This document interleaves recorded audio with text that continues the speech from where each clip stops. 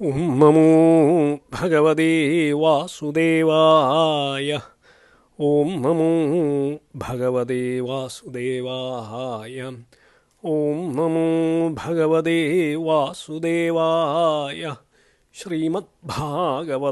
ശ്രീമദ്ഭാഗവതത്തിലെ ദശമസ്കന്ധത്തിൽ 38 മുതൽ 40 വരെയുള്ള 3 അധ്യായങ്ങളിലാണ് അക്രൂരരുടെ ആഗമനവും അദ്ദേഹം ഭഗവാൻ ശ്രീകൃഷ്ണനെ കൂട്ടിക്കൊണ്ടു പോവലും പോണ വഴിക്ക് അദ്ദേഹം ചെയ്ത ശ്രീകൃഷ്ണ സ്തുതിയും അക്രൂരസ്തുതിയും ഉള്ളത്. അപ്പോൾ ഇത് വളരെയധികം ഏകദേശം ഒരു 150 ശ്ലോകത്തിലാണ് ഇതിനെ വർണ്ണിച്ചിട്ടുള്ളത് മൂലം ഭാഗവത്തിൽ. അതെല്ലാം ചുരുക്കി 1 മണിക്കൂർ കൊണ്ട് പറയേണ്ട ഒരു അവസ്ഥയാണ്. അപ്പോൾ ഞാൻ എന്താ വിചാരിക്കണമെന്ന് വെച്ചാൽ സ്തുതി വ്യാഖ്യാനിക്കാണ്ട് സ്തുതി ചൊല്ലുക, ബാക്കിയുള്ളത് എന്നാലാവും വിധത്തിൽ ഞാൻ ഇവിടെ ഒന്ന് പരിശ്രമിക്കാം. ശ്രീശുക ഉവാച അക്രൂരോപി ച താം രാത്രീം മധുപുര്യാം മഹാമതീം ഉഷിത്വാ രഥമാസ്ഥായ പ്രയയൗ നന്ദഗോകുലം. മഹാമതി മഹാബുദ്ധിമാനായിട്ടുള്ള അക്രൂരരും താം രാത്രി മധുപുര്യാം മധുരാപുരിയിൽ ഉഷിത്വാ വസിച്ചിട്ട് രഥസ്ഥെ ആസ്ഥായ അധിവസിച്ചിട്ട് നന്ദഗോകുലം നന്ദൻ്റെ ഗോകുലത്തെ പ്രയാണം ചെയ്തു. അപ്പോൾ ഭഗവാൻ ശ്രീനാരദ ഋഷി വന്ന് ഭഗവാൻ ശ്രീകൃഷ്ണനെ കംസവധത്തെപ്പറ്റി ഇങ്ങനെ ഒന്ന് ഓർമ്മപ്പെടുത്തി. അപ്പം അദ്ദേഹം നാരദ ഋഷി ബോധിപ്പിച്ചതിനാൽ തനിക്ക് മധുരാപുരിക്ക് പോകണമെന്നുള്ള സങ്കല്പത്തോടു കൂടിയാണ് ഭഗവാൻ ഇവിടെ ഗോകുലത്തിലിരിക്കണേ. അതേസമയം തന്നെ കംസൻ അക്രൂരരെ വിളിച്ചിട്ട് അക്രൂരരോട് പറഞ്ഞു, ഉടനെ പോയി ഗോകുലത്തിൽ നിന്ന് ശ്രീകൃഷ്ണനെയും ബലരാമനെയും കൂട്ടിക്കൊണ്ടുവരണം. അപ്പോൾ കംസൻ കൽപ്പിച്ച ദിവസം രാത്രി അക്രൂരർ മധുരാപുരി തന്നെ അങ്ങോട്ട് കഴിച്ചു കൂട്ടി. പിറ്റേ ദിവസം പ്രഭാതത്തിൽ അദ്ദേഹം ബ്രഹ്മമുഹൂർത്തത്തിൽ തന്നെ എണീക്കും. അന്നത്തെ കാലത്ത് എല്ലാവരും അതിരാവിലെ എഴുന്നേറ്റ് സന്ധ്യാവന്ദനവും കുളിയും പ്രാഥമിക കർമ്മങ്ങൾ ചെയ്ത ശേഷം സന്ധ്യാവന്ദനമൊക്കെ ചെയ്ത് നേരെ തേരിൽ വന്ന് കരയേറി നന്ദഗോകുലത്തിലേക്ക് അങ്ങോട്ട് യാത്രി.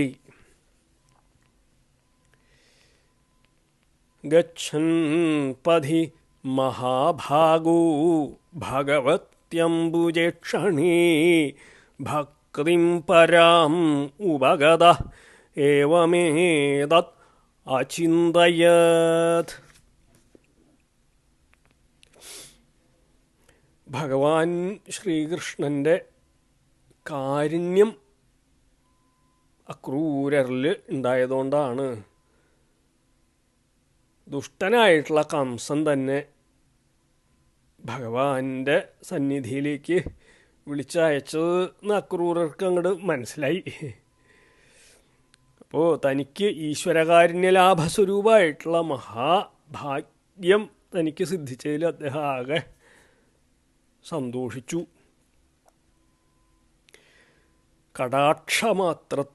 മാത്രത്താൽ സർവസന്താപങ്ങളെയും നശിപ്പിക്കാൻ തക്ക വീര്യവും സൗന്ദര്യമുള്ള വിലാസനേത്രങ്ങളോടുകൂടിയ ഭഗവാനെ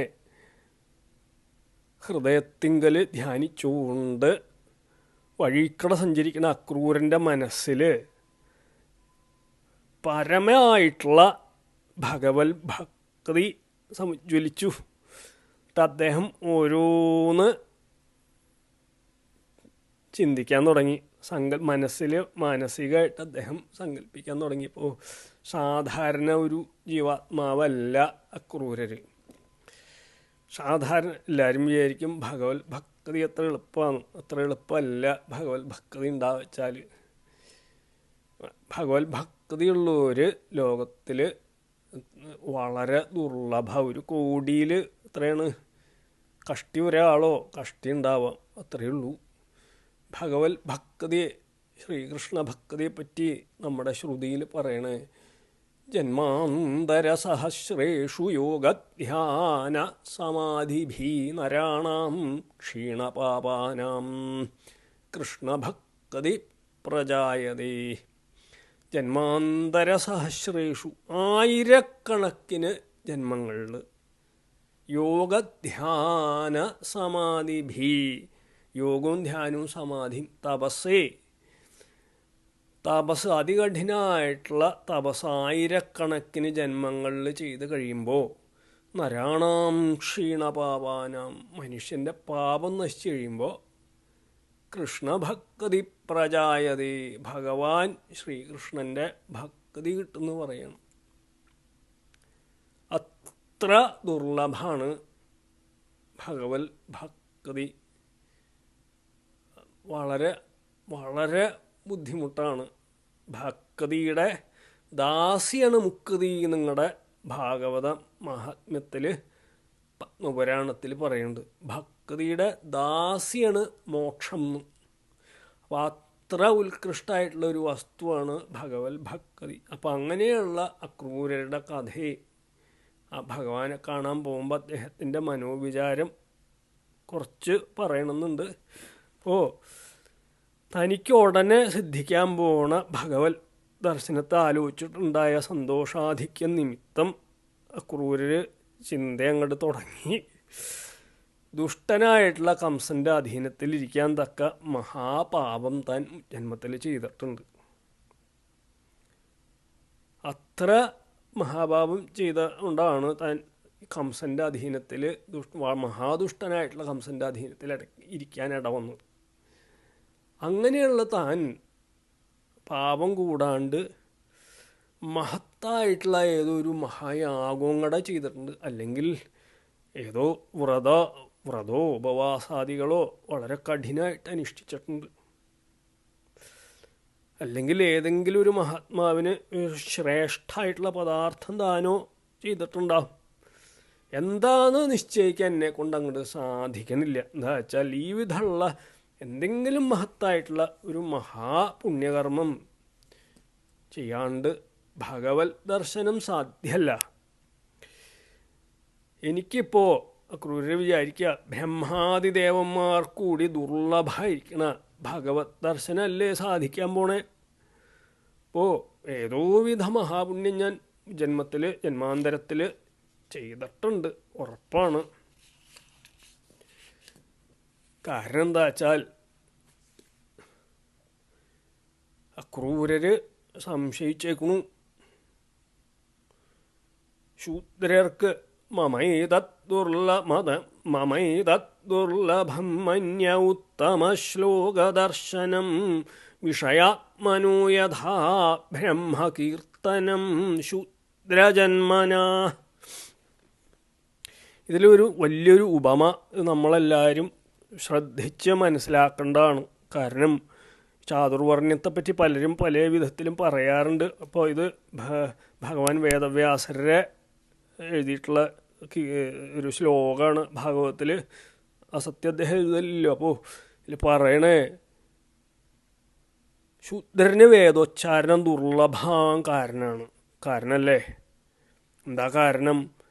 ശൂദ്ര മനസ്സ് വിഷയസുഖങ്ങളെ, ഭൗതികമായിട്ടുള്ള നിസ്സാര വിഷയങ്ങളെ മാത്രം ആഗ്രഹിക്കുന്ന സ്വഭാവത്തോടു കൂടിയതാണ്. അപ്പോൾ ശൂദ്രൻ എന്ന് പറഞ്ഞാൽ ജന്മം കൊണ്ടല്ല. ചാതുർവർണ്യം മയാ സൃഷ്ടം ഗുണകർമ്മ വിഭാഗശ.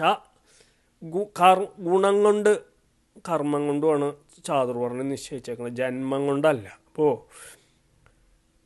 വിഷയസുഖങ്ങളെ മാത്രം നിരന്തരം ചിന്തിച്ചിരിക്കണവരെയാണ് ശൂദ്രൻ ഇവിടെ പറയണത്. അതാണ് യഥാർത്ഥം. അപ്പോൾ മനസ്സ് വിഷയസുഖങ്ങളെ മാത്രം ആഗ്രഹിക്കുന്ന സ്വഭാവത്തോടു കൂടിയവരെയാണ് ഇതിൽ പറയണത്. അപ്പോൾ ഭഗവാന്റെ കീർത്തനം, ബ്രഹ്മകീർത്തനം എന്ന് വെച്ചാൽ എന്താണ്? വേദോച്ചാരണം.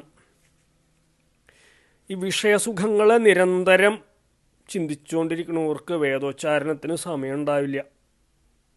സ്ത്രീ വിഷയങ്ങളെപ്പറ്റി ഇങ്ങനെ നിരന്തരം ചിന്തിച്ചും അവയെ സമ്പാദിക്കാനും രക്ഷിക്കാനും വർദ്ധിപ്പിക്കാനായിട്ട് സദാ പരിശ്രമിക്കുന്നവരാരായാലും അവർ ശൂദ്രർ തന്നെ. അവന് വേദാധ്യായനത്തിനെക്കുറിച്ചോ അവർക്ക് ഈശ്വരനെക്കുറിച്ച് സ്തോത്രം ചെയ്യാനോ ധ്യാനിക്കാനോ മനസ്സ് വരില്ല, സമയമില്ല. അപ്പോൾ ഉള്ള സമയമൊക്കെ വിഷയങ്ങളിലേക്ക് ഇങ്ങനെ ഉപയോഗിച്ച് കിടക്കുമ്പോൾ കൂടി വിഷയസുഖങ്ങളെ കുറിച്ച് കുറിച്ചുള്ള മനോരാജ്യത്തിൽ ഇങ്ങനെ വ്യാപൃതനായിക്കൊണ്ടിരിക്കും. ഈ വിധമുള്ളവർ വേദാധ്യായനോ ഈശ്വര സങ്കീർത്തനോ അവർക്കൊന്നും സ്വാഭാവികമല്ല. സുകൃതം ചെയ്തവർക്ക് മാത്രം സാധിക്കാവുന്ന ശ്രീകൃഷ്ണ ദർശനം തനിക്കും സാധിക്കാൻ പ്രയാസം തന്നെയെന്നാണ് അക്രൂരരുടെ ശങ്ക. എന്നാലും ശ്രീകൃഷ്ണനെ മാംസേക്ഷണങ്ങൾ കൊണ്ട് കാണാൻ മതിയായിട്ടുള്ള സുകൃതം താൻ ചെയ്തൂലോ എന്ന് നിശ്ചയിക്കാൻ, എന്താണ് സുകൃതം എന്ന് നിശ്ചയിക്കാൻ കഴിയാത്തതിനാൽ ശ്രീകൃഷ്ണ ദർശനം തനിക്ക് കിട്ടുമോ എന്നുള്ള ഒരു ശങ്കയോടുകൂടിയാണ് അക്രൂരര് പോണേ അവിടെ നിന്ന്. ഭഗവത് ദർശനം അസാധ്യമെന്ന് ശങ്കിച്ചുവെങ്കിലും സാധിക്കുന്നു തന്നെ അദ്ദേഹം സ്വയം മനസ്സിലിങ്ങനെ ഉറപ്പിക്കുക. വിശേഷവിധി സുഹൃത കാര്യങ്ങളൊന്നും ഞാൻ ചെയ്തിട്ടില്ലെങ്കിലും മൈവം മമാധമസ്യാപി സ്യാദേവാച്യുതദർശനം ഹ്രിയമാണ കാലനദ്യാ ക്വചിത്തരതി കശ്ചന. വിശേഷവിധി സുഹൃതങ്ങളൊന്നും ഞാൻ ചെയ്തിട്ടില്ല, എനിക്കിപ്പോൾ അറിയില്ല. എങ്കിലും എത്ര നികൃഷ്ടനായാലും ഭഗവത്കാരുണ്യം എനിക്കുണ്ടായാൽ എനിക്കും നാശരഹിതനായിട്ടുള്ള ഭഗവത് ദർശനം സാധിക്കുന്നതിന് യാതൊരു വിരോധമില്ല, നിശ്ചയം. അതിന് അദ്ദേഹം സ്വയം സങ്കല്പിച്ചൊരു ഉദാഹരണം വളരെ നല്ലൊരു ഉദാഹരണമാണ്. ഈ നദികളിൽക്കൂടെ പുഴയക്കടെ നദീപ്രവാഹത്തിൽ കൂടി ചിലപ്പോൾ ചെറിയ ചെറിയ പ്രാണി ഉറുമ്പൊക്കെ ഇങ്ങനെ ഒലിച്ചു പോവും അല്ലേ? അവരുടെ ഗതി എന്താ ആലോചിച്ച് നോക്കുകയുള്ളൂ. അത് തന്നെയാണ് മനുഷ്യരുടെയും അവസ്ഥ. അപ്പോൾ ഉറുമ്പ് മുതലായ ചെറിയ നിസ്സാര പ്രാണികൾ കൂടി അവർക്ക് ഭാഗ്യമുണ്ടെങ്കിൽ ഏതെങ്കിലും ഒരു ഇലയുടെ വക്കത്ത് കയറി പറ്റി കാറ്റിൻ്റെയോ ജലപ്രവാഹത്തിൻ്റെ സഹായത്താൽ ഭാഗ്യമുണ്ടെങ്കിൽ ദൈവത്തിൻ്റെ ഇച്ഛയുണ്ടെങ്കിൽ കരയിൽ ചെന്ന് ചേർന്ന് രക്ഷപ്പെടാറില്ലേ? ഞാൻ കണ്ടിട്ടുണ്ട് എൻ്റെ കുട്ടിയൊക്കെ ആയിരിക്കുമ്പോൾ. അതുപോലെ ജനന മരണ പ്രവാഹരൂപമായിരിക്കുന്ന സംസാര സമുദ്രത്തിൽ മുങ്ങിക്കൊണ്ടിരിക്കുന്ന പ്രാണിവർഗത്തിൽ വെച്ച് അധമനായിരിക്കുന്ന എനിക്കും അക്രൂരർ പറയുക, മേൽപോട്ട് കയറാനും ഭഗവാന്റെ കാരുണ്യമുണ്ടെങ്കിൽ സാധിച്ചു എന്ന് വരും. ജന്മാന്തരങ്ങളിൽ ചെയ്ത പാപകർമ്മങ്ങൾ മുഴുവൻ അനുഭവിച്ച് തീർന്നുണ്ടാവും. കംസൻ്റെ കീഴിലല്ലേ ഇരുന്നേ. ഇപ്പോൾ ഭഗവത് കാരുണ്യത്തിന് സമയമായ കാരണം എനിക്ക് കിട്ടാണ്ട് വഴിയില്ല ഇങ്ങനെ ഈ വിധം ഭഗവാനെക്കുറിച്ച് പലതും വിചാരിച്ച ശേഷം ബലരാമനെക്കുറിച്ചും അനവധിയുണ്ട്. അതൊരു ഏകദേശം 23 ശ്ലോകമുണ്ട്. അത് കേട്ടാൽ ഭഗവത് ഭക്തി ഇങ്ങോട്ട് തികട്ടി വരും എല്ലാവരുടെയും ഹൃദയത്തിൽ. നേരില്ല നമുക്ക്. ഇങ്ങനെ ഭഗവാനെക്കുറിച്ച് അനവധി പല വസ്തുക്കളും ചിന്തിച്ച ശേഷം ബലരാമനെക്കുറിച്ചും അക്രൂരർ വിചാരിക്കുക, കിഞ്ചരജോമാനവദം യദു കിഞ്ചരജോമാവനദം യദുത്തമാം സ്മയൻ പരിഷ്വജ്യ ഗൃഹീതമഞ്ജലൗ ഗൃഹം പ്രവേശ്യാപ്തസമസ്തസൽകൃതം സംപ്രക്ഷ്യതേ കംസകൃതം സ്വബന്ധുഷു. എന്നെ ഭഗവാൻ ശ്രീകൃഷ്ണൻ അങ്ങനെ അദ്ദേഹം പലതും വിചാരിച്ചു. അവസാനം നിശ്ചയിച്ചു ഭഗവാൻ എന്നെ ആലിംഗനം ചെയ്യും. മഹാഭാഗ്യം എനിക്ക് എന്തായാലും ഉണ്ടായിട്ടുണ്ട്. ഭഗവാൻ എന്നെ സൽക്കരിക്കും. എൻ്റെ കുറ്റമല്ലല്ലോ ഭഗവാനെ കൊല്ലാൻ വേണ്ടി കംസന് വേണ്ടിയിട്ട് വിളിക്കാൻ വരുന്നത്. കംസൻ എനിക്കെൻ്റെ ഭാഗ്യം കൊണ്ട് ഭഗവാനെ കാണാൻ പറ്റുന്നു. ഞാനല്ലോ ഭഗവാനെ കൊല്ലാൻ പോണേ. എൻ്റെ ഈ കംസൻ്റെ മനോരഥമൊന്നും ഭഗവാൻ അറിയാണ്ടിരിക്കില്ല. അപ്പോൾ എന്നെ ഭഗവാൻ സൽക്കരിക്കുകയും ചെയ്യും, എനിക്ക് വേണ്ടതൊക്കെ തരും. അദ്ദേഹത്തിന് ആകെ ഇത്രയേ വേണ്ടൂ, ഭഗവത് ദർശനം, ഭഗവാന്റെ തൃപ്പാദത്തിൽ നമസ്കാരം, ഭാഗ്യമുണ്ടെങ്കിൽ ഭഗവാന്റെ ഒരു ആലിംഗനവും, അതൊക്കെ കിട്ടാച്ചത്ര എളുപ്പമല്ലേ. അപ്പോൾ ഭഗവാൻ ബലരാമനും അതുപോലെ എന്നെ സൽക്കാരം ചെയ്യാണ്ടിരിക്കില്ല. ഞാൻ ഭഗവാൻ ബലരാമൻ്റെയും തൃപ്പാദത്തിൽ നമസ്കരിക്കും. കേട്ടോ, ഞാൻ തൊഴുത് നിൽക്കുമ്പോൾ എന്നെക്കുറിച്ചുള്ള വാത്സല്യമെങ്കിലും സൂചിപ്പിക്കാനായിട്ട് എന്നെ ആലിംഗനം ചെയ്ത് എൻ്റെ കൈകളിൽ പിടിച്ച് ഗൃഹാന്തർഭാഗത്തേക്ക് ബലരാമനും കൂട്ടിക്കൊണ്ടു. ശ്രീശുക ഉവാച ഇതി സഞ്ചിന്തയൻ കൃഷ്ണം ശ്വഭൽക്ക തനയുധ്വനീ രഥേന ഗോകുലം പ്രാപ്താം സൂര്യശ്ചാസ്തഗിരിം നൃപാ. പറയാണ് ശ്രീ ശുഗമുനി പരീക്ഷിത് രാജാവിനോടല്ലേ ഇതൊക്കെ വിവരിച്ചു കൊടുക്കണേ. അക്രൂരരുടെ ഭക്തി വിശേഷം അന്യർക്ക് സിദ്ധിക്കാൻ എളുപ്പമല്ല. പല വിധത്തിൽ ഭഗവാൻ ശ്രീകൃഷ്ണനെയും ബലഭദ്രരെയും കുറിച്ച് പല വിചാരങ്ങൾ മനസ്സിലിങ്ങനെ വച്ച് താലോലിച്ചുകൊണ്ട് ക്രൂരർ തേരിലിരുന്നു. എന്താ ഉണ്ടായെച്ചാൽ ഗോകുലത്തിൽ പ്രവേശിച്ചപ്പോഴത്തേക്കും സൂര്യാസ്തമയായി. അപ്പോൾ ആലോചിച്ചോളൂ, മധുരയിൽ നിന്ന് ഞാൻ പോയിട്ടുണ്ട്. ഗോകുലത്തിൽ വൃന്ദാവനത്തിൽ നിന്ന് വളരെ നിസ്സാര ദൂരേ ഉള്ളൂ, അധികം ദൂരമൊന്നുമില്ല. അവർ രഥത്തിലല്ലേ പോണേ, നല്ല സ്പീഡിൽ പോവും, നല്ല വേഗത്തിൽ പൊക്കോളും. അപ്പോൾ രാവിലെ സൂര്യോദയത്തിന് തോടുകൂടി പുറപ്പെട്ട ഉദ്ധവർ ഒരു നിസ്സാര ദൂരം പകല് മുഴുവൻ കഴിച്ച് സന്ധ്യയോടുകൂടിയാണ്, സന്ധ്യ സൂര്യാസ്തമയ സമയത്താണ് അദ്ദേഹം ഗോകുലത്തിലെത്തിയത്. എന്തെത്ര നിസാര സമയം ദൂരം ഇത്ര അധികം നേരം എടുത്തേ. ക്രോശത്രയും മാത്രമേ ദൂരമുള്ളൂ എന്നാണ് ഇവിടെ ഭാഗവത്തിൽ പറഞ്ഞേക്കണേ. രാവിലെ പുറപ്പെട്ടത് പോകുന്നും പറഞ്ഞിട്ടുണ്ട്. അപ്പോൾ 3 ക്രോശം ദൂരം സഞ്ചരിക്കാൻ 30 നാഴിക അങ്ങോട്ട് വേണ്ടി വന്നു അദ്ദേഹത്തിന്. ഭഗവാനെക്കുറിച്ച് ഓരോന്നിച്ച് ചിന്തിക്കുമ്പോൾ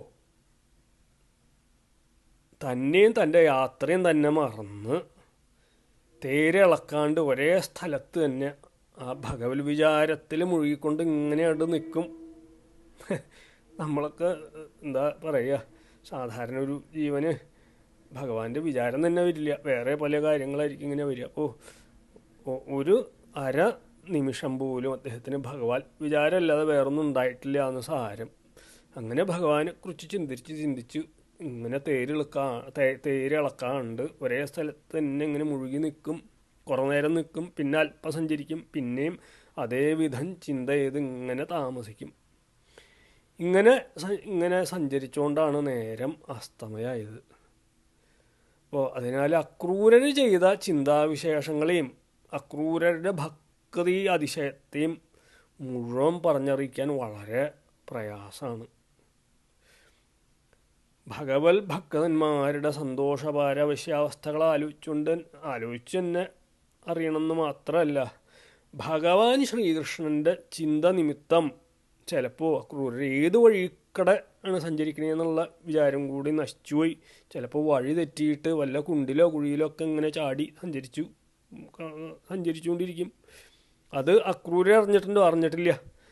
എത്തേണ്ട സ്ഥലത്തെത്താൻ അക്രൂരർ യാതൊന്നും പ്രവർത്തിച്ചിട്ടില്ല. വാസ്തവത്തിൽ അദ്ദേഹം ഇങ്ങനെ ഭഗവത് ചിന്തയിൽ മുഴുകി രഥത്തിലിരുന്നു എന്ന് മാത്രമേ ഉള്ളൂ. ഇരിക്കുകയോ നിൽക്കുകയോ എന്ത് വേണമെങ്കിലും ആവും.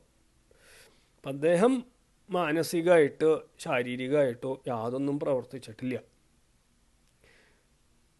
എങ്കിലും ഭഗവാന്റെ കേശീവധവും നാരദ ദർശനവും കാലിമേക്കലും കഴിഞ്ഞ് അക്രൂരരുടെ മനോരഥങ്ങളെല്ലാം സാധിപ്പിക്കാൻ അനുയോജ്യമായിട്ടുള്ള വിധം അക്രൂരരഥത്തെ ഒട്ടും നേരത്തെ അല്ലാണ്ടും ഒട്ടും വൈകാണ്ടും തന്നെ ഭഗവാൻ ഗോകുലത്തിലെത്തിച്ചു എന്ന് സാരം. അപ്പോൾ ഇതിൽ നിന്ന് നമുക്ക് മനസ്സിലാക്കാൻ സാധിക്കാന്ന് വിചാരിച്ചാൽ, ഭഗവാൻ ശ്രീകൃഷ്ണനെ ചിന്തിച്ചുകൊണ്ടിരിക്കുന്നവർ ചിലപ്പോൾ അവരറിയാതെ സന്മാർഗം വിട്ട്, നോക്കൂ, ഭഗവത് ഭക്തർ സന്മാർഗം വിട്ട് സഞ്ചരിക്കാൻ പാടില്ല.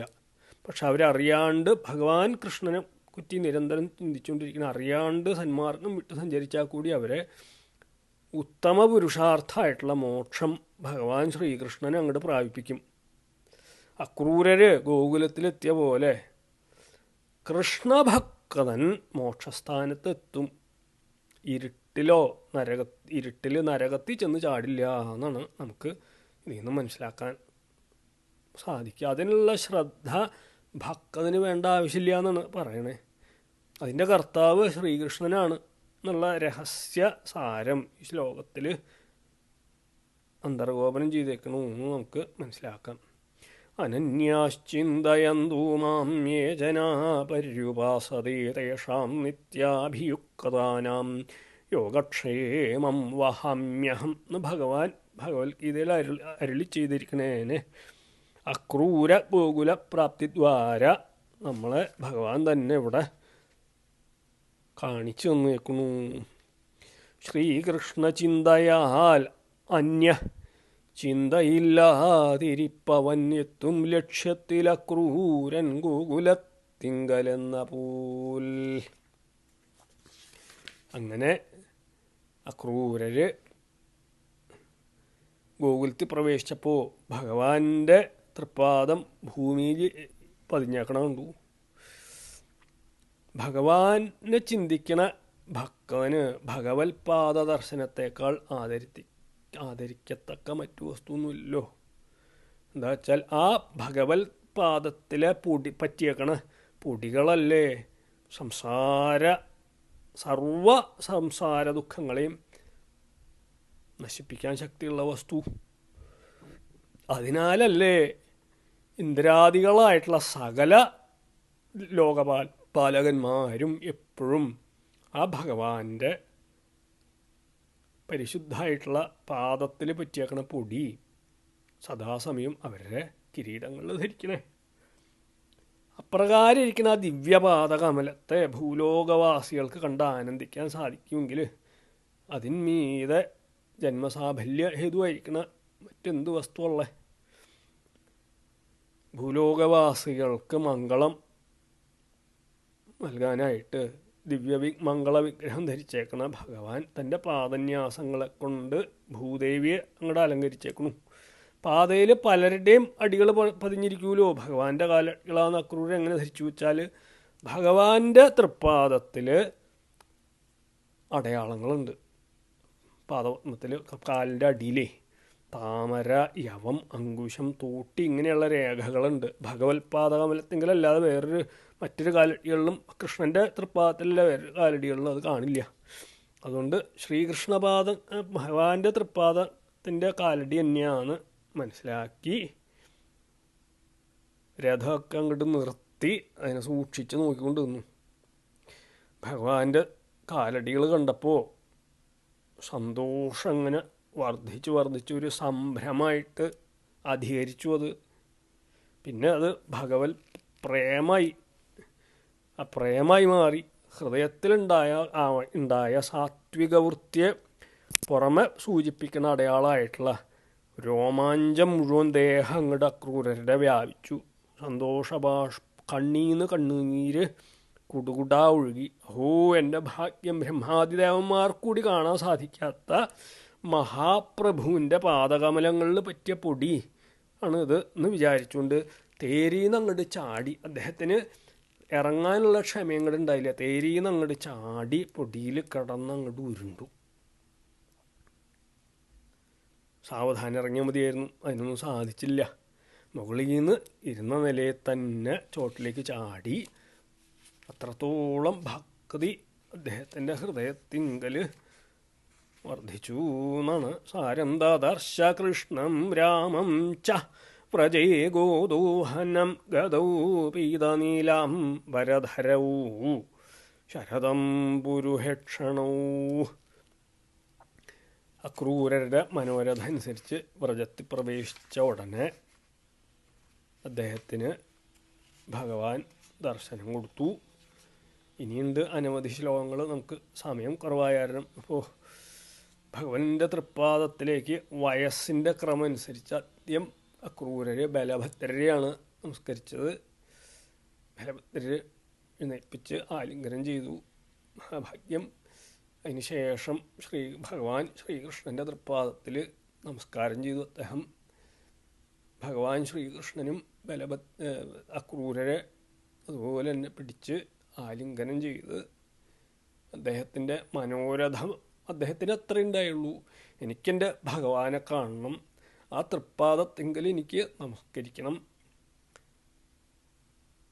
ഭഗവാന്റെ ഒരു ആലിംഗനം എനിക്ക് കിട്ടണം, ഇത്രേ അക്രൂരർക്ക് വിചാരം ഉണ്ടായുള്ളൂ. അത് കൊള്ളുന്നു അദ്ദേഹത്തിനില്ല. അദ്ദേഹത്തിന് അത് ലഭിക്കുകയും ചെയ്തു. അതുകൂടാണ്ട് പലതും ചെയ്തു ഭഗവാൻ. അദ്ദേഹത്തെ കൈകാലുകൾ കഴുകി, അദ്ദേഹത്തെ ആഹാരം, മൃഷ്ടാന്ന ഭോജനം ചേട്ടനും കൂടെ വിളമ്പി കൊടുത്തു. അങ്ങനെ സൽക്കാരം സ്വീകരിച്ച് അദ്ദേഹത്തെ, അത് മാത്രമല്ല ആഹാരത്തിന് ശേഷം അദ്ദേഹം ദീർഘദൂര യാത്ര, കാര്യം എത്ര അധികം യാത്ര ചെയ്തിട്ടില്ലെങ്കിലും കാല് ബലഭദ്രര് തിരുമ്മി കൊടുത്തു.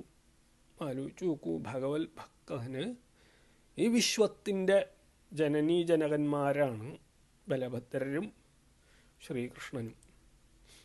അപ്പോൾ ഈ വിശ്വം സൃഷ്ടിച്ച് സംഹരിക്കുന്ന ആ മഹാപ്രഭു സ്വന്തം ഭക്തൻ്റെ കാല് തടവി കൊടുത്തു. അപ്പോഴത്തേക്കും നന്ദഗോപര് ഒന്നും വിശേഷമൊക്കെ ചോദിച്ചു. നന്ദഗോപര് പറഞ്ഞു, മൃഗങ്ങളെ കൊന്ന് മാംസം വിറ്റുപജീവിക്കുന്ന ആളുടെ വീട്ടിൽ നിൽക്കുന്ന ആടിൻ്റെ വിശേഷം അന്വേഷിച്ച വല്ല കാര്യമുണ്ടോ? ആടിനെയും കൊല്ലാൻ വേണ്ടിയിട്ടല്ലേ നിർത്തിയേക്കണേ. അതുപോലെയാണ് നിങ്ങളുടെയൊക്കെ അവസ്ഥ എന്ന് എനിക്കറിയാം. എനിക്ക് സങ്കടമാണ് നിങ്ങളോട് വിശേഷം തന്നെ ചോദിക്കണേ. ഞാൻ അധികം വിശേഷമൊന്നും ചോദിക്കണില്ല. അതിനുശേഷം അക്രൂരർ സ്വസ്ഥായിട്ട് ഇരുന്നപ്പോൾ ഭഗവാൻ ശ്രീകൃഷ്ണൻ ചോദിച്ചു, താത സൗമ്യഗത കച്ചിത് സ്വാഗതം ഭദ്രമസ്തുവ അഭിസ്വജ്ഞാതിബന്ധൂനാം അനമീഹി വനമാമ അഭിസ്വജ്ഞാതിബന്ധൂനാം അനമീവം അനാമയം. ഇപ്പോൾ പറയാണ് ഭഗവാൻ, അങ്ങയുടെ ആഗമനം എനിക്ക് വളരെ അങ്ങോട്ട് ക്ഷയായി, എനിക്ക് വലിയ ഇഷ്ടമായി. അങ്ങ് സൗഖ്യമായിട്ട് എത്തിയില്ലോ, അങ്ങയ്ക്കും എല്ലാവർക്കും ക്ഷേമം ഭവിക്കട്ടെ. ഞങ്ങളുടെ ബന്ധുക്കളൊക്കെ അവിടെ സുഖമായിട്ട് തന്നെ ഇരിക്കണ്ടോ? ഈ ചോദ്യം ആവശ്യമില്ലാത്തതാണ്. കാരണം കംസൻ തന്നെ ഒരു മഹാരോഗമാണ്. ആ മഹാരോഗം സമീപത്തിരിക്കുമ്പോൾ ആർക്കാ സുഖം ഉണ്ടാവുക അല്ലേ? നമുക്കൊക്കെ അറിയാം, ഇപ്പോൾ ഒരു കൊറോണയൊക്കെ ബാധിച്ചിട്ടുണ്ട്. ഞങ്ങൾ താമസിക്കുന്ന ഏരിയയിലൊക്കെ വളരെയധികം ഉണ്ട്. അപ്പോൾ ആർക്കും അങ്ങനെ ഒരു ചിരിച്ച മുഖം കണ്ടിട്ട് അനവധി കാലമായി ഞാൻ താമസിക്കുന്ന ഏരിയയിൽ. ഇപ്പോൾ അതുപോലെ കംസൻ്റെ കംസനുള്ളിടത്തോളം കാലം ഒരു മഹാരോഗമായാലും ആർക്കും സന്തോഷമില്ല എന്നറിയാം. അപ്പോൾ എന്താണ്, ഞങ്ങളെന്താ അങ്ങക്ക് ചെയ്യേണ്ടതെന്ന് ചോദിച്ചു. അപ്പോൾ അക്രൂരർ പറഞ്ഞു, ഭഗവാനെ അങ്ങേ വിളിച്ചുകൊണ്ട് വരാൻ വേണ്ടിയിട്ടാണ് എന്നെ അങ്ങോട്ട് പറഞ്ഞയച്ചേക്കണത്. അപ്പോൾ അദ്ദേഹത്തിന് ഇത്രേ ഉദ്ദേശമുള്ളൂ, ധനുർയാഗം നടത്തണം. ധനുർയാഗത്തിൽ കംസനെയും അല്ല ഭഗവാൻ ശ്രീകൃഷ്ണനെയും ബലഭദ്രരെയും കൂട്ടിക്കൊണ്ടുവരണം. അതിന് വേണ്ടിയിട്ട് നിങ്ങളെ വധിക്കാനായിട്ട് ചാണൂര മുഷ്ടികന്മാരെ ഏർപ്പാടും ചെയ്തിട്ടുണ്ട്. ഇതാണ് അവിടെ സംഭവിച്ചേക്കുന്നത്. ഓ ഓ ഇത് ഭഗവാനറിയാം, പ്രത്യേകിച്ച് പറയേണ്ട ആവശ്യമില്ല. ശ്രുത്വാ ക്രൂരവച കൃഷ്ണോ ബലശ്ച പരവീരഃ പ്രഹസ്യ നന്ദം പിതരം രജ്ഞാദിഷ്ടം വിജജ്ഞതു. ഇപ്പോൾ തങ്ങളുടെ ആരായാലും വേണ്ടില്ല, ഏത് ശത്രുവായാലും സംഹരിക്കാൻ തക്ക ബലവീര്യ പരാക്രമമുള്ള ബലരാമനും ശ്രീകൃഷ്ണനും അച്ഛനായിട്ടുള്ള അവരോട് ഇതാട് മറച്ചു വച്ചു. പറഞ്ഞു, ഇങ്ങനെ കംസ മഹാരാജാവ് ഒരു മഹായാഗം യാഗം നടത്തുകയാണ്, നമുക്കൊക്കെ പോകണം, നമ്മളെ ക്ഷണിക്കാൻ വേണ്ടിയിട്ട് അക്രൂരരെ പറഞ്ഞയച്ചേക്കാണ് അദ്ദേഹം. അപ്പോൾ നമ്മൾ കാലതാമസം വിന ഇവിടെ നിന്ന് അങ്ങോട്ട് പുറപ്പെട്ട് പോകണം എന്നങ്ങോട്ട് പറഞ്ഞു.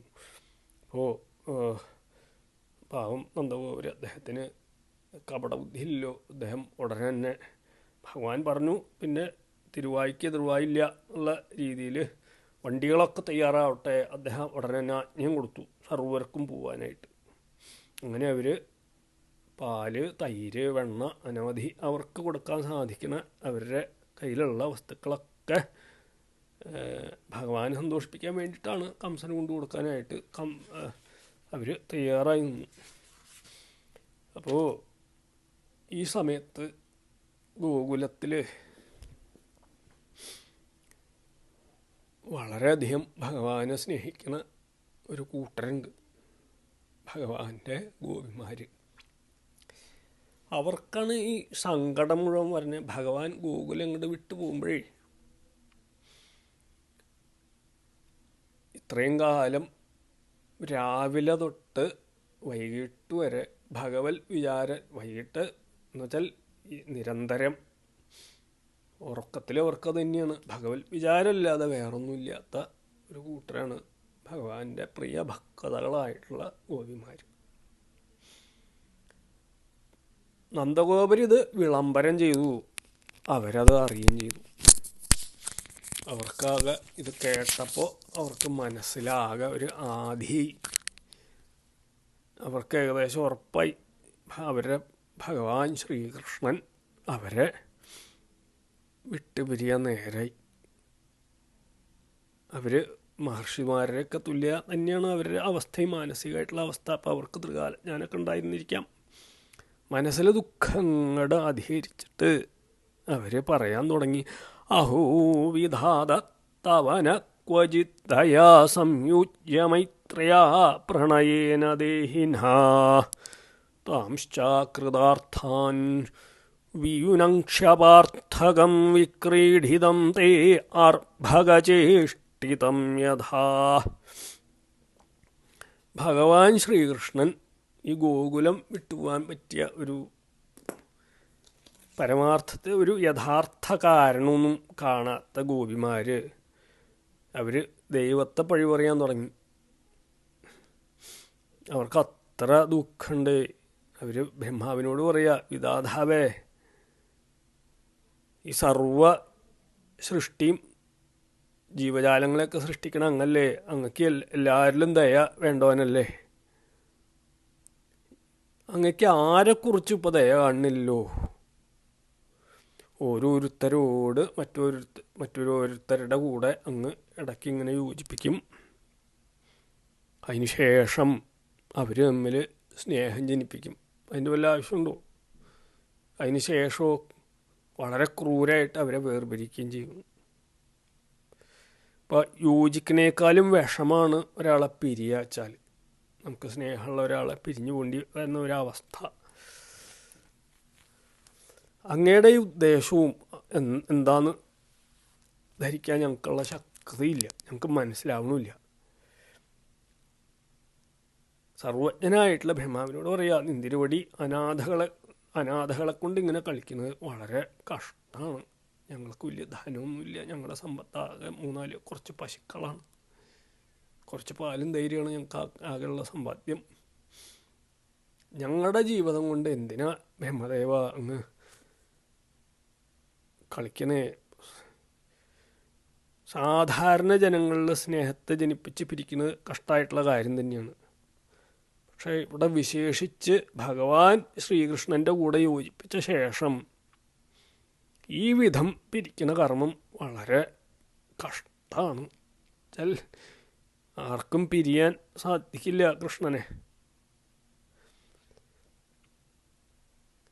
ഭഗവാന്റെ ആ കറുത്ത തലമുടിയിൽ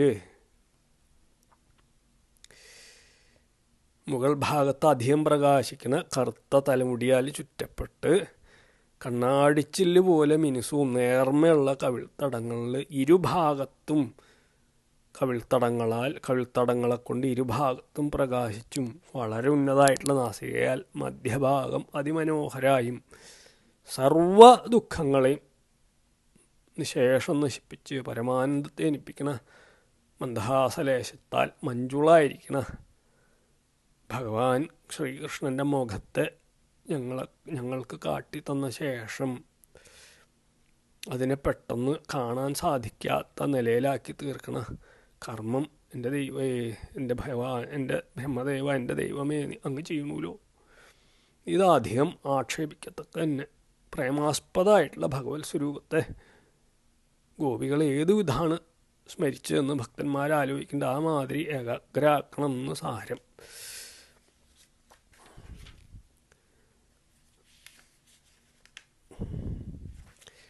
അത് മാത്രമല്ല, ബ്രഹ്മാവിനോട് പറയുക, ക്രൂരത്വമക്രൂരസമാഖ്യയാശ്മന ചക്ഷുർഹിതത്തം ഹരസേ പദാഞ്ചവത് യേനൈകദേശേ അഖില സർവഗൗ സൗഷ്ഠവം ത്വദീയമത്രാക്ഷ്മവയം മധുദ്വിഷാ.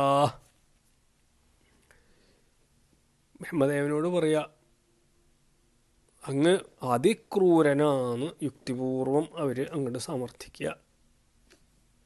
പറയുക, എൻ്റെ ഭഗവാനെ, ബ്രഹ്മദേവ, ഞങ്ങൾക്ക് കണ്ണ് നൽകിയ ഭഗവാൻ ഇപ്പം ഞങ്ങളുടെ ആ കണ്ണിനെ തിരിച്ചെടുക്കാനുള്ളൂ, പറിച്ചെടുക്കാനുള്ളൂ. ഇതൊരു മഹാകഷ്ടമായിട്ടുള്ള കാര്യം. അതും അബലകളുടെ ധനോ ഒന്നോ ഒരു വസ്തുവും ഞങ്ങൾക്ക് സ്വന്തമായിട്ടില്ല. അബലകളായിട്ടുള്ള സ്ത്രീകളായിട്ടുള്ള ഞങ്ങളുടെ കണ്ണിങ്ങനെ ചുരന്നെടുക്കാച്ചാൽ മഹാകഷ്ടമുള്ള കാര്യമല്ലേ. അങ്ങ് നൽകിയ കണ്ണിനെ അപഹരിക്കാൻ അങ്ങക്കല്ലാതെ മറ്റാർക്കും സാധ്യമല്ല എന്നറിഞ്ഞുകൊണ്ടല്ലേ അങ്ങ് തന്നെ അക്രൂരൻ എന്ന നാമധേയത്തെ വഹിച്ചുകൊണ്ട് ഇവിടെ വന്ന് ഞങ്ങളുടെ കണ്ണിനെ അപഹരിക്കണ ആ പ്രവൃത്തിയാണ്. ഞങ്ങളുടെ കണ്ണ് അപഹരിക്കണല്ലോ എന്ന് വിചാരിക്കണ്ട. കാരണം കൃഷ്ണാപഹരണം ഞങ്ങളുടെ നേത്രാപഹരണത്തിന് തുല്യം തന്നെ. എന്താ വെച്ചാൽ അങ്ങയാൽ നൽകപ്പെട്ട ഞങ്ങളുടെ കണ്ണുകൊണ്ട് അങ്ങ് ഈ ലോകത്തിൽ ഒട്ടാകെ കാണിച്ചേക്കണ സൃഷ്ടി സാമർഥ്യ വിശേഷത്തെ, ബ്രഹ്മദേവനാണല്ലോ സർവ്വജീവജാലങ്ങളെ സൃഷ്ടിക്കണേ. അപ്പം അദ്ദേഹം ഈ ലോകത്തിലെ പലവിധ ആനയും സിംഹവും ഒക്കെ സൃഷ്ടിച്ചേക്കണ, മനുഷ്യനെയും സുന്ദരനെയും സുന്ദരിയും ഒക്കെ സൃഷ്ടിച്ച അദ്ദേഹമാണ്. അപ്പം അദ്ദേഹത്തിൻ്റെ സൃഷ്ടി സാമർഥ്യമാണ് ഈ ലോകത്തിൽ കാണുന്ന സുന്ദര വസ്തുക്കളൊക്കെ എന്നാണ് സങ്കല്പം. അപ്പോൾ ലോകത്തിലുള്ള ജീവജാലങ്ങൾ മുഴുവൻ അങ്ങക്ക് മഹാസൃഷ്ടി സാമർഥ്യം ഉണ്ടെന്നാണ് ധരിച്ചു വെച്ചേക്കുന്നത്. കാരണം പങ്കജം, താമരപ്പൂ, ചന്ദ്രൻ ഇവയൊക്കെ കാണുമ്പോൾ, അതുപോലെ മനോഹരമായിട്ടുള്ള ഓരോ രൂപങ്ങൾ കാണുമ്പോൾ ആ ബ്രഹ്മാവിൻ്റെ സൃഷ്ടി സാമർഥ്യത്തെ എല്ലാവരും പ്രകീർത്തിക്കാറുണ്ട്. പക്ഷേ ഭഗവാൻ ശ്രീകൃഷ്ണൻ്റെ അവയവങ്ങളായിട്ടുള്ള മുഖം, നേത്രം എന്ന ഭാഗങ്ങളിൽ അങ്ങയുടെ സർവ സൃഷ്ടി സാമർഥ്യത്തെ ഞങ്ങൾ കണ്ടേക്കുന്നു. ഭഗവാൻ ശ്രീകൃഷ്ണൻ്റെ മുഖനേത്രാദികളിലിരിക്കുന്ന സൗന്ദര്യാബ്ധിന്ന് ഭഗവാൻ ശ്രീകൃഷ്ണൻ്റെ ശരീരത്തിൽ ഉള്ള സൗന്ദര്യത്തെ കടമെടുത്തിട്ടാണ് സർവസൃഷ്ടി സാമർഥ്യവും നടത്തിയേക്കണതെന്നാണ് പറയുന്നത്. താമരയുടെ സൗന്ദര്യം ഭഗവാന്റെ നേത്രത്തിൽ നിന്ന് കട്ടെടുത്തിട്ടാണ് അങ്ങ് താമര ഉണ്ടാക്കിയേക്കുന്നത്. അതുപോലെ വിശ്വത്തിലെ സർവ്വ സൗന്ദര്യമുള്ള വസ്തുക്കളെയും അങ്ങ് ബ്രഹ്മദേവൻ്റെ ഭഗവാൻ ശ്രീകൃഷ്ണൻ്റെ ഓരോ അവയവങ്ങളിലുള്ള സൗന്ദര്യത്തെ അതുപോലെ തന്നെ കടമെടുത്തിട്ടാണ് അങ്ങ് ഉണ്ടാക്കിയേക്കണത്. ഇത് ഞങ്ങൾ മനസ്സിലാക്കിയേക്കുന്നു. അല്ലാതെ പ്രത്യേകിച്ച് സൃഷ്ടി സാമർഥ്യമൊന്നും അങ്ങക്കില്ല എന്ന് ഞങ്ങൾ മനസ്സിലാക്കി. അപ്പോൾ ഈ ദേഷ്യം, ഈ ഈർഷ്യ ഞങ്ങളോടുള്ളതുകൊണ്ടല്ലേ അങ്ങ് ഈ ഭഗവാൻ കൃഷ്ണനെ ഞങ്ങളുടെ അടുത്തുനിന്ന് അപഹരിച്ചുകൊണ്ട് പോണേ. ഞങ്ങൾക്ക് കണ്ണുള്ളതിൻ്റെ ആകെ ഉദ്ദേശം ഭഗവാന്റെ ശ്രീകൃഷ്ണൻ്റെ സ്വരൂപം കാണുക എന്ന് മാത്രമാണ്. വേറൊന്നും കാണാൻ ഞങ്ങൾക്ക് മോഹമില്ല, ശേഷമില്ല. അതറിയണം അങ്ങ്. ഭഗവാനെ അപഹരിച്ചു കൊണ്ടുപോകുമ്പോൾ ഞങ്ങളുടെ നേത്രാപഹരണത്തിന് തുല്യല്ലേ. സാധാരണ അപഹരണമല്ല, ഇത് ചുഴുന്ന് ഒരു കത്തിയെടുത്ത് കുത്തി കീറി എടുത്തുകൊണ്ട് പോണ പോലെയാണ്. നന്ദസൂനൂ ക്ഷണഭംഗ സൗഹൃദ സമീക്ഷസേന സുഹൃദാ തുരാപദാ വിഹായ ഗേഹാൻ സ്വജനാൻ സുരാൻ പദീം തദ്ദാസ്യമധ്യോ ഭഗദാ നവപ്രിയ. ഇങ്ങനെ ആലോചിച്ചിട്ട് ഗോപിമാർ പിന്നെ പറയുക, എന്തിന് ബ്രഹ്മദേവനെ കുറ്റപ്പെടുത്തണു? കൃഷ്ണനെ തന്നെയാണ് കുറ്റപ്പെടുത്തേണ്ടത്. കാരണം കഷ്ടമല്ലേ, ഭഗവാൻ കൃഷ്ണൻ അക്രൂരർ വന്ന് വിളിച്ചപ്പോഴത്തേക്ക് നമ്മളോടൊക്കെ സ്നേഹം ഇല്ലാണ്ടായി പോയില്ലേ. വ്രജത്തിലെ നായകൻ, വ്രജത്തിലെ രാജാവായിട്ടുള്ള നന്ദൻ്റെ പുത്രൻ എന്നുള്ള ഒരു സ്നേഹമെങ്കിലും നമ്മളോട് വേണ്ടേ, അതും ഇല്ലാണ്ടായി. യാത്ര പോലും പറയാണ്ട് പോകാൻ പുറപ്പെട്ടേക്കുന്നു. നമുക്കാവട്ടെ ഭഗവാനിലുള്ള പ്രേമം കൂടിക്കൊണ്ടിരിക്കുന്നു. ആ ഭഗവത് പ്രേമത്തിന്, ഭക്തിക്ക് അധീനകളായിട്ട് നമ്മൾ സ്വന്തം ജനങ്ങളെയും പുത്രന്മാരെയും ഭർത്താക്കന്മാരെയും എല്ലാം ഉപേക്ഷിച്ചിട്ട് സർവവും ഭഗവാനായിട്ട് സമർപ്പിച്ചിട്ടില്ലേ. ഭഗവത് ദാസ്യഭാവം പരമാർത്ഥമായിട്ട് നമ്മൾ സ്വീകരിച്ച് ഇരിക്കേ. ഒന്ന് നോക്ക പോലും കൂടി ചെയ്യാണ്ട് നമ്മളെ ഇപ്പം വിട്ടു പോവല്ലേ. ഭഗവാൻ മാത്രമല്ല, ഭഗവാനുള്ള സ്നേഹം അടിക്കടി വർദ്ധിച്ചു വരികയാണ്. കഷ്ടം. നമുക്കെന്തായാലും ഒരു കാര്യം ചെയ്യണം. നമുക്ക് ഭഗവാനെ അങ്ങോട്ട് പിടിച്ചു നിർത്താം ബലമായിട്ട്. അപ്പോൾ അങ്ങനെയെങ്കിലും ഒന്ന് പരിശ്രമിക്കണ്ടേ. അതിന് ശേഷം അവരുടെ വിചാരം മാറി പിന്നെ മധുരാനിവാസികളുടെ ഭാഗ്യത്തെപ്പറ്റി പറയുകയാണ്. അവർ ആരെയാണാവോ ഒന്ന് രാവിലെ കണി കണ്ടേ. നമ്മുടെ സർവ്വസൗഭാഗ്യവും അവർ അപഹരിച്ച് ഇനിയിപ്പോൾ അവർക്കാണല്ലോ മഹോത്സവം ജീവിതത്തിൽ ഇനി അങ്ങോട്ട് ഉണ്ടാകാൻ പോണേ. നമ്മുടെ ഉത്സവമൊക്കെ ഇതോടുകൂടി കഥ കഴിഞ്ഞു. ഭഗവാൻ ശ്രീകൃഷ്ണൻ ഗോകുലം വിടുന്നതോടുകൂടി നമ്മുടെ സർവ്വ ഉത്സവം തീർന്നു. നമുക്കിനി ദുഃഖം മാത്രമേ ഉള്ളൂ, ഭഗവാന്റെ വിരഹ ദുഃഖം. അത് കഴിഞ്ഞിട്ട് വേറൊന്നുമില്ല നമുക്കിനി. പക്ഷേ മധുരാപുരവാസികൾ ആരെയാണാവൊന്ന് കണിയുണ്ടാക്കുന്നത്. കാരണം നമ്മുടെ ഈ മഹോത്സവം മധുരയിലേക്ക് ചെല്ലാൻ പോകും. നമ്മളെക്കാളും വലിയ സുഹൃത്ത് അവർ അവിടെ അനവധി ജന്മങ്ങളിൽ ചെയ്തിട്ടുണ്ടാവും. അല്ലാതെ ഈ മഹാഭാഗ്യം അവർക്ക് സിദ്ധിക്കില്ലല്ലോ. പിന്നെ അവർ അക്രൂരരെ ചീത്ത പറയാൻ തുടങ്ങി. അക്രൂരൻ എന്നുള്ള പേര് അദ്ദേഹത്തിന് യോഗ്യല്ല. അക്രൂരൻ, അക്രൂര എന്ന് വെച്ചാൽ ക്രൂരത ഇല്ലാത്തത് അല്ലേ. അദ്ദേഹം ഒരു മഹാക്രൂരനാണ്.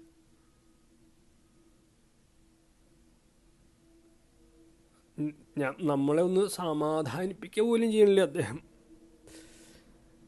നിങ്ങൾ വ്യസനിക്കണ്ട, നമ്മളെ സമാധാനിപ്പിക്കുക വല്ലതും ചെയ്തോ, ഞാൻ ഇപ്പോൾ കൃഷ്ണനെ കൂട്ടിക്കൊണ്ടുപോയിട്ട് ഞാൻ തിരിച്ചയച്ചോളാം. അതുപോലും പറയാതെ ഭഗവാൻ ശ്രീകൃഷ്ണനെ അവിടെ കൂട്ടിക്കൊണ്ടുപോവാണ്. മാത്രോ ഗോപന്മാരുടെ അവസ്ഥ ആലോചിച്ച് നോക്കൂ. ആകെ അന്ധന്മാരായിട്ട്, കണ്ണ് കാണാത്തവരായിട്ട് കൃഷ്ണനെ അവിടെ പറഞ്ഞയക്കാനായിട്ട് സർവവും കൂട്ടി പുറപ്പെട്ടേക്കാണ് അവർ. സർവവും വണ്ടിയും പൂട്ടിക്കെട്ടി പുറപ്പെട്ടേക്കും. അവരെ ആശ്രയിച്ചിട്ട് നമുക്ക് കാര്യമില്ല. ഇങ്ങനെ പലത് ആലോചിച്ചിട്ട് അവർ ഭഗവാനെ പിടിച്ചു നിർത്താൻ എന്നുള്ള സാഹസം ചെയ്യാൻ അങ്ങോട്ട് തയ്യാറെടുത്തു. ഇങ്ങനെ ഓരോന്നും പറഞ്ഞ് വിചാരിച്ച് വിരഹദുഃഖം സഹിക്കവയ്യാതെ അവർ നിലവിളിച്ചങ്ങോട്ട് കരയാൻ തുടങ്ങി, ഉറക്ക കരയാൻ തുടങ്ങി. ഇങ്ങനെ അതികഠിനമായിട്ട് അവർ ഇങ്ങനെ വിലപിച്ചുകൊണ്ടിരിക്കുമ്പോൾ അപ്പോഴത്തേക്കും രാത്രിയാണ് ഇതൊക്കെ സംഭവിക്കണേ. ആലോചിച്ച് നോക്കൂ, തലേ ദിവസം രാത്രി സന്ധ്യ കഴിഞ്ഞപ്പോഴത്തേക്കാണ് എന്തോ ഒരു അനൗൺസ് ചെയ്തു. ഒരു രാത്രി മുഴുവൻ അവർ വിലപിച്ച് കഴിച്ചു കൂട്ടി. ആര്? ഗോപിമാർ. നേരം വിളിച്ചായപ്പോഴത്തേക്കും അക്രൂരർ സൂര്യ നമസ്കാരം ചെയ്യുന്നു. ഗോവാസ്തമന്വസജ്ജന്താനന്ദാത്യാശകടൈതദാ ആദായൂപായനം ഭൂരി കുംഭാൻ ഘോരസംഭൃതാൻ. അപ്പോൾ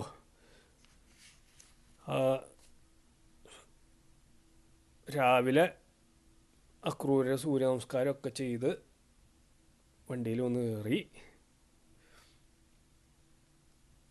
ഗോപന്മാരും അവരുടെ സംഭാരങ്ങൾ, പാല്, തൈര്, വെണ്ണ, നെയ്യ്, ഇതൊക്കെ സംഭരിച്ച് അവരവരുടെ വണ്ടികളിലും വന്ന് കയറി. ഗോപികളോ ഭഗവാൻ വന്ന് കയറി അക്രൂര രഥം നടത്തി തുടങ്ങിയപ്പോൾ ഗോപികൾ പതുക്കെ പതുക്കെ ഭഗവാന്റെ വണ്ടിയുടെ പിന്നാലെ അനുയാത്ര ചെയ്തു.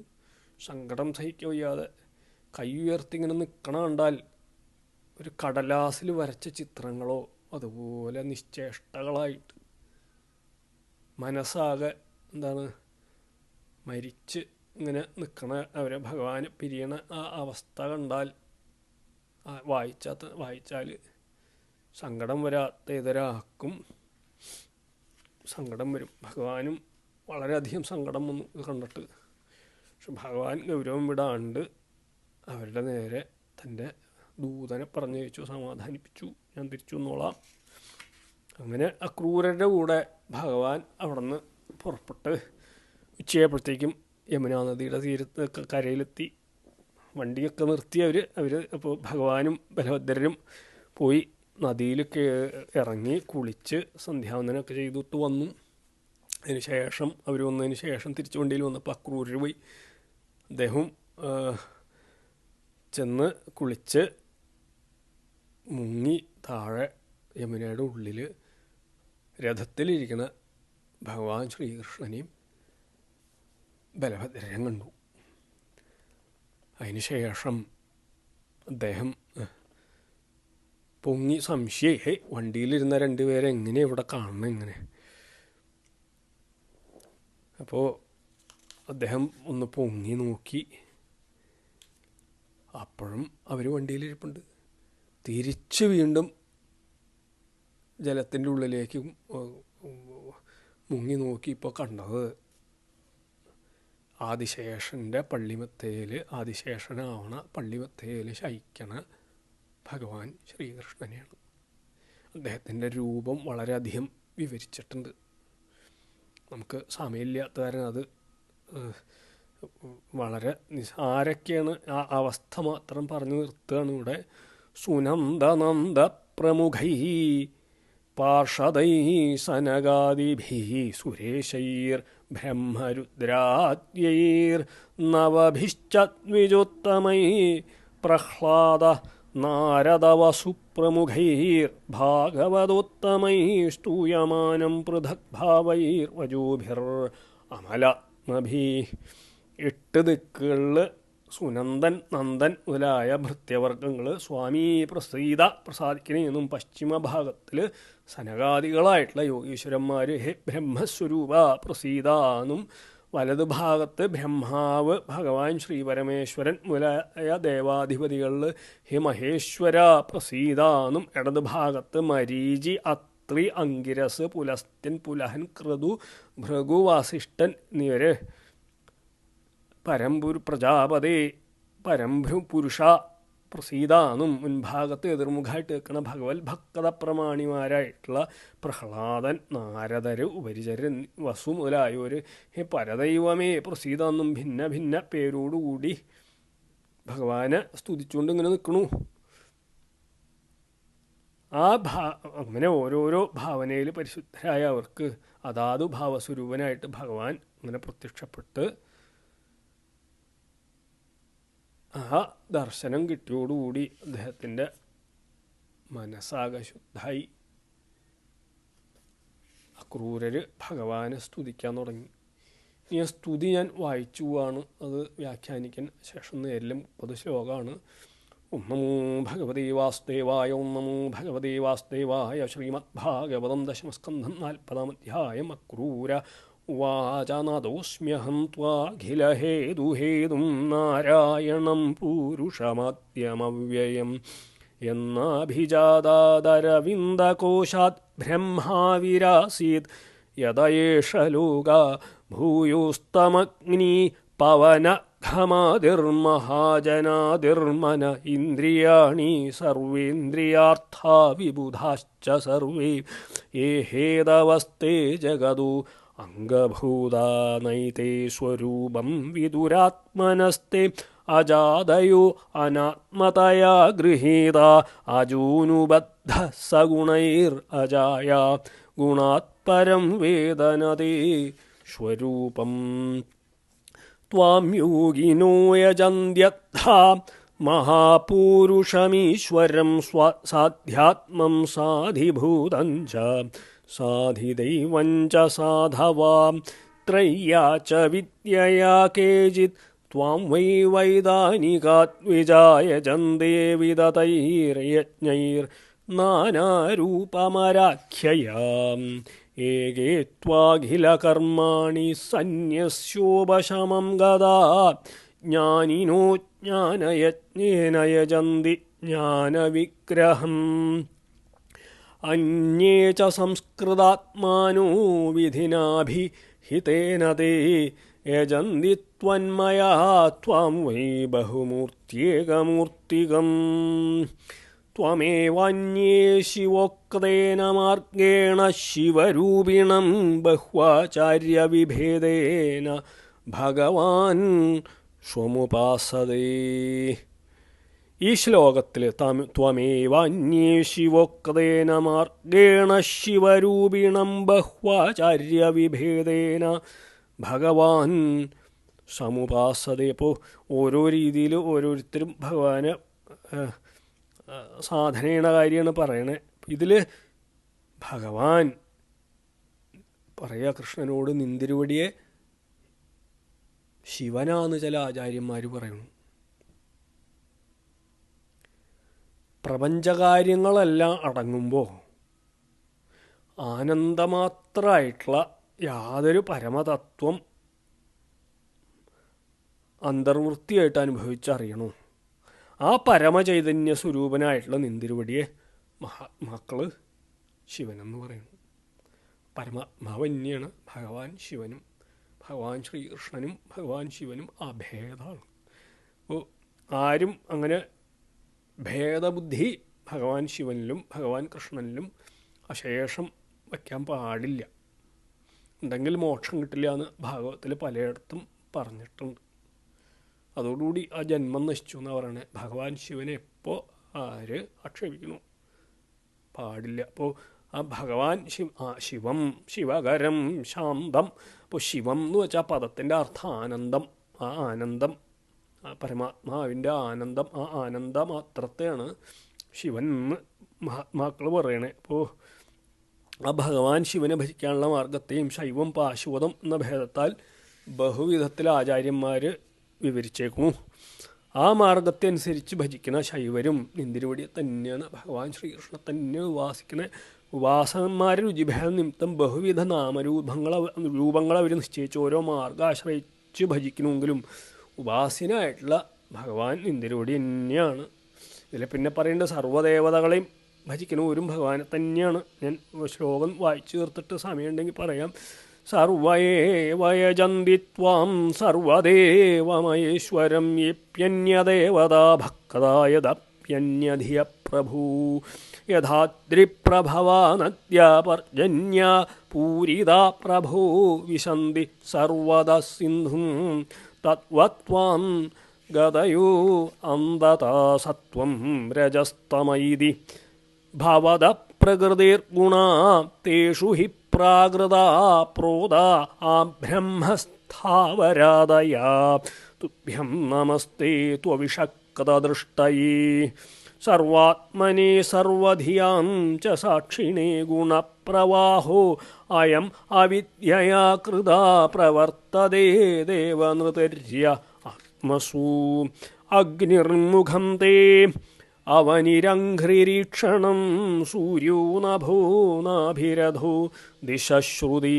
ദ്വൗകം സുരേന്ദ്രാ തവ ബാഹവോർണവാ കുക്ഷിർമരുത്പ്രാണബലം പ്രകൽപ്പിതം രോമാണി വൃക്ഷൗഷധയഃ ശിരോരുഹ മേഘാപരസ്യാസ്ഥിനഖാനി അത്രയാ നിമേഷണം രാത്ര്യഹനീ പ്രജാപതിർമേഢ്രസ്തു വൃഷ്ടിസ്തവ വീര്യമിഷ്യതേ ത്വയ്യാവ്യയാത്മൻ പുരുഷേ പ്രകൽപ്പിതാ ലോകാ സപാലാ ബഹുജീവസങ്കുലാ യഥാ ജലേ സഞ്ജിഹതേ ജലൗകസു അപ്യുദുംബരേ വാ മശകാ മനോമയീം യാനി യാനീഹരൂപാണി ക്രീഡാനാർത്ഥം ബിഭർഷിഃ തൈരാമൃഷ്ടശുചോ ലോകാമുദാ ഗായന്തി തേ യശാ നമഃ കാരണമത്സ്യായ പ്രളയാബ്ധിചരായ ച ഹയശീർഷ്ണേ നമസ്തുഭ്യം മധുകൈഢഭമൃത്യവേ അഗോപാരായ ബൃഹദേ നമോ മന്ദരധാരിണേ ക്ഷിത്യുദ്ധാരവിഹാരായ നമഃ സൂകരമൂർത്തയേ നമസ്തേ അദ്ഭുതസിംഹായ സാധുലോകഭയാവഹ വാമനായ നമസ്തുഭ്യം കാക്രാന്തത്രിഭുവനായ ച നമോ ഭൃഗൂണാം പതയേ ദൃപ്തക്ഷത്രവനച്ഛിദേ നമസ്തേ രഘുവർയായ രാവണാന്തകരായ ച നമസ്തേ വാസുദേവായ നമഃ സംഘർഷണായ ച പ്രദ്യുമ്നായ നിരുദ്ധായ സാത്വതാം പതയേ നമാം നമോ ബുദ്ധായ ശുദ്ധായ ദൈത്യദാനവമോഹിനീ മ്ലേച്ഛപ്രായ ക്ഷത്രഹന്തേ നമസ്തേ കൽക്കിരൂപിണേ ഭഗവൻ ജീവലോകോയം മോഹിതസ്തവ മായയാ അഹം മമേത്യ സദ്ഗ്രാഹോ ഭ്രാമ്യതേ കർമ്മവർത്മസു അഹം ആത്മാത്മജാഗാരാദാരാർത്ഥസ്വജനാദിഷു ഭ്രമാമി സ്വൽപ്നകൽപേഷു മൂഢ സത്യധിയാ വിഭോ അനിത്യാനാത്മദുഃഖേഷു വിപര്യയം അതിർഹ്യഹം ദ്വന്ദ്വാരാമത്തമോവിഷ്ടോ ന ജാനേ ത്വാത്മനപ്രിയം യഥാ ബുധോ ജലം ഹിത്വാ പ്രതിച്ഛന്നം തദുദ്ഭവൈ അഭ്യേതി മൃഗതൃഷ്ണാം വൈ തദ്വത്വാഹം പരാങ്മുഖാനോത്സഹേഹം കൃപണധീ കാമകർമ്മഹദം മനാരുദ്ധും പ്രമാധിഭിക്ഷാക്ഷൈർ ഹ്രിയമാണമിതസ്തദാനോത്സഹേഹം കൃപണധീ കാമകർമ്മഹദം മനാരുദ്ധും പ്രമാധിഭിക്ഷാക്ഷൈർ ഹ്രിയമാണമിതസ്തദാ സോഹം തവാഘ്രിഭഗദോ അസ്മ്യസ് സോഹം തവാഘ്രിഭഗദോസ്മ്യഃ സദാം ദുരാപം തച്ചാപ്യഹം ഭഗവത് അനുഗ്രഹൈശമന്യേ പുംസോ ഭവേത് യദി സംസരണാപവർഗാ ത്വയ്യാബ്ജനാഭ സദുപാസനയാ മതി സ്യാദ് നമോ വിജ്ഞാനമാത്രായ സർവപ്രത്യയഹേതവേ പുരുഷേശപ്രധാനായ ബ്രഹ്മണേ അനന്തശക്തയേ നമസ്തേ വാസുദേവായ സർവഭൂതക്ഷയായ ച ഹൃഷീകേശ നമസ്തുഭ്യം പ്രപന്നം പാഹി മാം പ്രഭോ ഇതി ശ്രീമദ്ഭാഗവതേ മഹാപുരാണേ ദശമസ്കന്ധേ പൂർവാർദ്ധേ അക്രൂരസ്തുതിർനാമ ചത്വാരിംശോऽധ്യായः. ശ്രീഹരയേ നമ ശ്രീഹരയേ നമ ശ്രീഹരയേ നമ. ഗോപികാ ജീവനസ്മരണം ഗോവിന്ദ ശ്രീ ഗോവിന്ദ. ഗോപികാ ചരണസ്മരണം ഗോവിന്ദ ശ്രീ ഗോവിന്ദ.